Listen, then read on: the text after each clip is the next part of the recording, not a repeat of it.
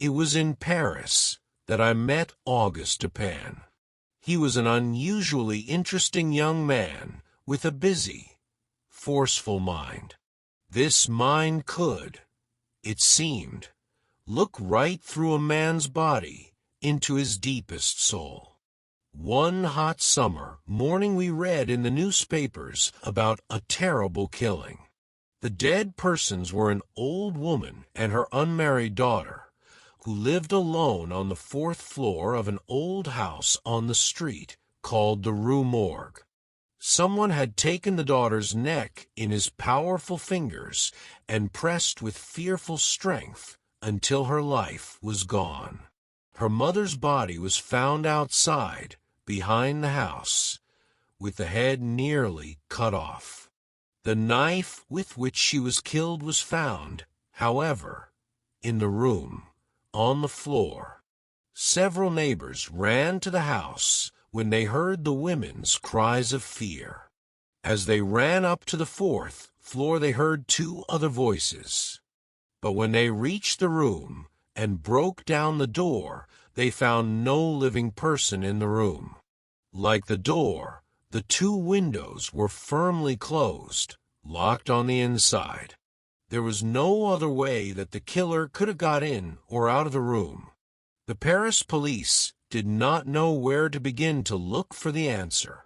I told Dupin that it seemed to me that it was not possible to learn the answer to the mystery of these killings. No, said Dupin. No? I think you are wrong. A mystery it is, yes. But there must be an answer. We must not judge what is possible just by what we have read in the newspapers. The Paris police work hard and often get good results, but there is no real method in what they do. When something more than simple hard work is needed, when a little real method is needed, the police fail. Sometimes they stand too near the problem. Often, if a person looks at something very closely, he can see a few things more clearly, but the shape of the whole thing escapes him. There must be an answer. There must. Let us go to the house and see what we can see. I know the head of the police, and he will allow us to do so. And this will be interesting and give us some pleasure. I thought it strange that Dupin should believe we would get pleasure out of this. But I said nothing. It was late in the afternoon when we reached the house on the Rue Morgue. It was easily found, for there were still many persons, in fact, a crowd, standing there looking at it. Before going in, we walked all around it, and Dupin carefully looked at the neighboring houses as well as the one. I could not understand the reason for such great care. We came again to the front of the house and went in. We went up the stairs into the room where the daughter's body had been found.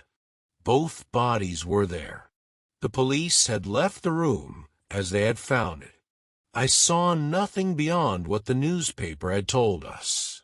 Dupin looked with great care at everything, at the bodies, the walls, the fireplace, the windows. Then we went home. Dupin said nothing. I could see the cold look in his eyes which told me that his mind was working busily, quickly. I asked no question. Dupin said nothing until the next morning, when he came into my room and asked me suddenly if I had not noticed something especially strange about what we saw in the house on the Rue Morgue. I replied, nothing more than we both read in the newspaper. Tell me, my friend, how shall we explain the horrible force, the unusual strength used in these murders? And whose were the voices that were heard? No one was found except the dead women, yet there was no way for anyone to escape. And the wild condition of the room, the body which was found head down above the fireplace, the terrible broken appearance of the body of the old lady, with its head cut off, These are all so far from what might be expected that the police are standing still. They don't know where to begin. These things are unusual, indeed, but they are not deep mysteries.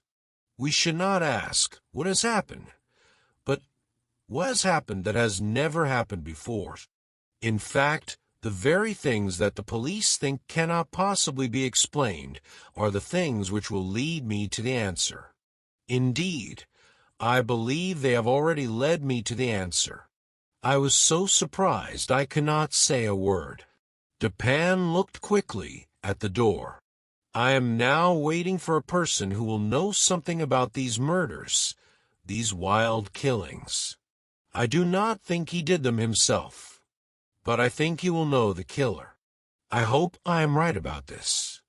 If I am, then I expect to find the whole answer today. I expect the man here, in this room, at any moment. It is true that he may not come, but he probably will. But who is this person? How did you find him? I'll tell you. While we wait for this man we do not know, for I have never met him, while we wait, I will tell you how my thoughts went. Dupin began to talk, but did not seem that he was trying to explain to me what he had thought. It seemed that he was talking to himself. He looked not at me, but at the wall. It has been fully proved that the voices heard by the neighbors were not the voices of the women who were killed. Someone else was in the room. It is therefore certain that the old woman did not first kill her daughter and then kill herself.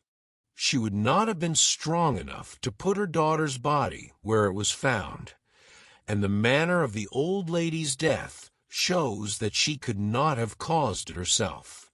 A person can kill himself with a knife, yes, but he surely cannot cut his own head almost off, then drop the knife on the floor and jump out the window. It was murder, then, done by some other person or persons, and the voices heard were the voices of these persons. Let us now think carefully about the things people said about those voices. Did you notice anything especially strange in what was told about them? Well, yes. Everybody agreed that the low voice was the voice of a Frenchman, but they could not agree about the high voice. Ah, that was what they said, yes. But that was not what was so strange about what they said. You say you have noticed nothing that makes their stories very different from what might have been expected. Yet there was something. All these persons, as you say, agreed about the low voice, but not about the high voice. The strange thing here is that when an Italian, an Englishman, a Spaniard, and a Frenchman tried to tell what the voice was like, each one said it sounded like the voice of a foreigner. How strangely unusual that voice really must have been. Here are 4 men from 4 big countries, and not one of them could understand what the voice said. Each one gave it a different name. Now I know that there are other countries in the world. You will say that perhaps it was the voice of someone from one of those other lands, Russia, perhaps. But remember, not one of these people heard anything that sounded like a separate word. Here Dupin turned and looked into my eyes. This is what we have learned from the newspaper. I don't know what I have led you to think, but I believe that in this much of a story there are enough facts to lead us in the one and only direction to the right answer. What this answer is, I will not say, not yet, but I want you to keep in mind that this much was enough to tell me what I must look for when we were in that house on the Rue Morgue. And I found it.